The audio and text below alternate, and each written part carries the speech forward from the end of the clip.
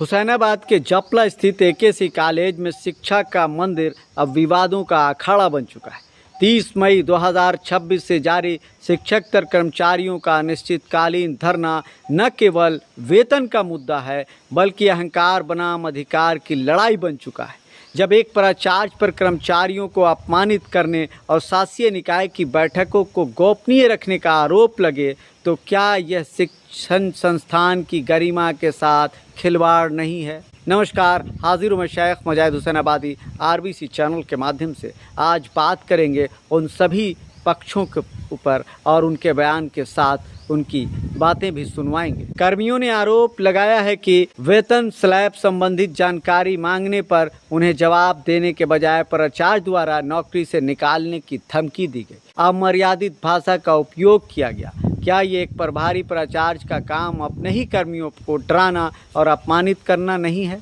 यह मानसिकता न केवल निंदनीय है बल्कि एक शैक्षणिक संस्थान के लिए बेहद शर्मनाक। शासकीय निकाय की बैठकों में पारदर्शिता का अभाव का भी आरोप लगा है। कर्मचारियों का आरोप है कि शिक्षक प्रतिनिधि का चुनाव न कराना और बैठकों का प्रारूप साझा न करना तानाशाही का स्पष्ट प्रमाण है। प्राचार्य रामसूरत सिंह प्रभारी प्राचार्य हैं, प्राचार्य नहीं हैं जी, प्रभारी हैं, और सचिव प्रफुल्ल कुमार सिंह। इस प्रारूप में ऐसा क्या था कि जो उनको देने में दिक्कत हो रही थी और आप जानना की उत्सुकता दिखा रहे थे? देखिए, जो प्रारूप उन्होंने तैयार करके ले गया उसमें जरूर कहता है कि जो गवर्निंग बॉडी की बैठक हो रही है उसमें शिक्षक प्रतिनिधि का होना आवश्यक है, जो हमारी मांगों को उन तक उचित ढंग से पहुंचाए। और अगर शिक्षक प्रतिनिधि का चुनाव नहीं भी करा पाए थे तो उनके द्वारा एक स्टाफ काउंसिल की बैठक बुला दी जाती जिसमें सभी स्टाफ होते हैं। स्टाफ काउंसिल की बैठक बुला करके वो बात रखते कि हम इस तरह का प्रारूप लेकर जा रहे हैं, आप लोग की क्या सहमति है, सबसे साइन करा देते। लेकिन गुपचुप तरीके से वो ये गए और पास कराए, क्या किए। फिर वहाँ से आने के बाद हम लोग मांग रहे हैं तो देने से इनकार किया। हम लोग अटेंडेंस बनाने जाते हैं तो वहाँ पर प्राचार्य और उनके एक हैं सहयोगी जो पूर्व प्राचार्य थे सूर्यमणि सिंह, उनके द्वारा कुछ गलत शब्द का प्रयोग हम लोग और वाइस चांसलर के प्रति किया जा रहा था। जैसे कि उसमें प्राचार्य महोदय बोल रहे थे कि इन लोगों ने प्रतिलिपि अपने पप्पा जी को भी दिया है। इस तरह के शब्द का प्रयोग जो अमर्यादित है, तो उसका CCTV फुटेज का हम लोग अगले दिन डिमांड किए कि भाई आपने ऐसा बोला, लिखित आवेदन दिया हमने कि आपने ऐसा अमर्यादित भाषा का प्रयोग किया है। एक सम्मानित पद पर बैठे हुए जो विश्वविद्यालय के सबसे बड़े उच्च पद पर बैठे हुए हैं और उनको एकेसी कॉलेज के स्टाफ का पप्पा बना रहे हैं। यहाँ सभी लोग बुजुर्ग हैं जो अपना 90% सेवा दे चुके हैं, सेवा काल का, और साल 2 साल में जाने वाले हैं। वैसे लोगों को आप कुलपति को उनका पप्पा बता रहे हैं, ये अमर्यादित है और बहुत निंदनीय है। एक शिक्षण संस्थान के मतलब यहाँ के माहौल के अनुकूल बात नहीं है। उसका भी मतलब ये है कि प्रिंसिपल के द्वारा या प्राचार्य के द्वारा ऐसा शब्द का प्रयोग किया जाए, ये प्राचार्य पद पर बने रहने लायक नहीं है। जो वेतन स्लैब संबंधी बातें हैं उसका प्रारूप दिया जाए।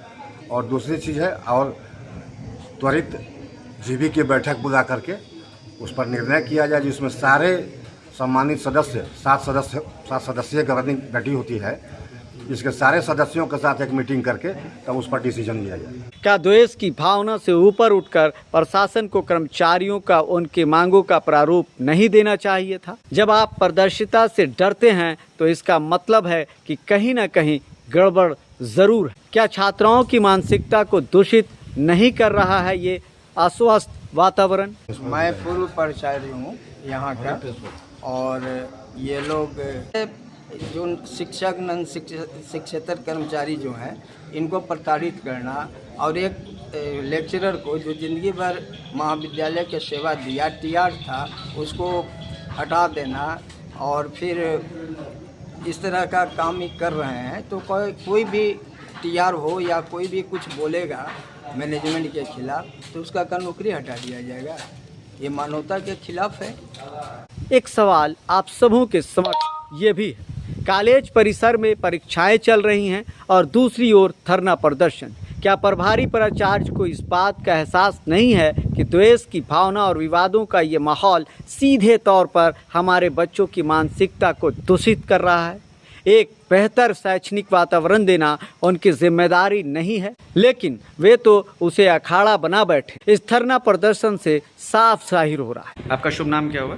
डॉक्टर राम सुबह सिंह। उनकी मांग है कि जो पुराना जो मानदेय चल रहा था उसी को रहने दिया जाए और जो नया जो जीबी द्वारा जो सर्विस स्लैब लागू हुआ है उसका इम्प्लीमेंट न किया जाए। तो चूँकि जीबी का निर्णय है उसमें मैं कुछ नहीं कर सकता। मेरा काम है सिर्फ उसको इम्प्लीमेंट करना, वो मेरी क्षमता के बाहर की चीज़ है। शासकीय निकाय में जो चुनाव की जो प्रक्रिया है, क्या उसको पूर्ण कराई गई है या अधूरी है? जो पहले के जो टीआर थे वो यहाँ से बर्खास्त कर दिए गए हैं सेवा से। उसके बाद से अभी नहीं हुआ। अब तो जीबी का भी कार्यकाल खत्म होने को है। ऐसी स्थिति में मेरे समझ से उसका कोई औचित्य नहीं है। और अमर्यादित शब्दों का व्यवहार किया और नौकरी से निकालने की आपने धमकी दी, इस तरह की भी कर्मचारियों को अपने संबंधित जो संदर्भित हैं उन पर इस तरह का भी उनका आरोप है कि इस तरह की बातें जो है सामने आई हैं। मेरे बारे में चाहे और जो भी आरोप हो, सभी जानते हैं कि मैं सबसे ज़्यादा मैं मर्यादित व्यक्ति हूँ और हमेशा मेरा आचरण मर्यादित रहता है। एक भी स्टूडेंट, कोई भी, यही कर्मचारी, सारे लोग मेरे व्यवहार से खुश थे। जब से सर्विस स्लैब लागू हुआ तभी से इनको लगता है कि मैं अमर्यादित हो गया, मेरा व्यवहार खराब हो गया। बात कुछ और है, बहाना निशाना कहीं और लगा रहे हैं। गतिरोध का समाधान आखिर कौन करेगा पहल, ये भी एक सवाल है। इस व्यवस्था को सुधारने के लिए अब केवल बातें नहीं, ठोस एक्शन की ज़रूरत है। जिला प्रशासन का हस्तक्षेप, पलामू के जिला प्रशासन और उच्च शिक्षा विभाग को अविलंब संज्ञान लेना चाहिए।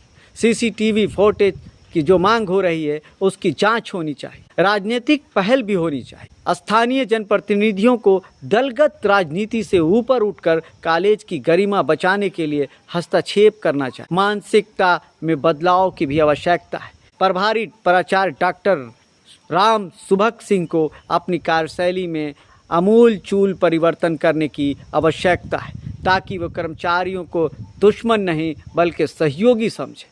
लोकतांत्रिक बहाली भी होनी चाहिए।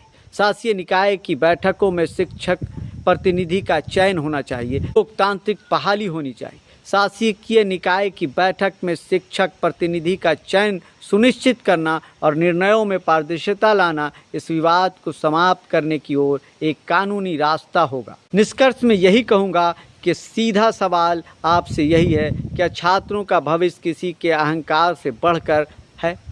हम मांग करते हैं कि प्रशासन तत्काल वार्ता की मेज़ पर आए और इस गतिरोध को समाप्त करे। अगर ऐसा नहीं होता है तो आंदोलन और गहराएगा और इसकी जिम्मेदारी कौन लेगा?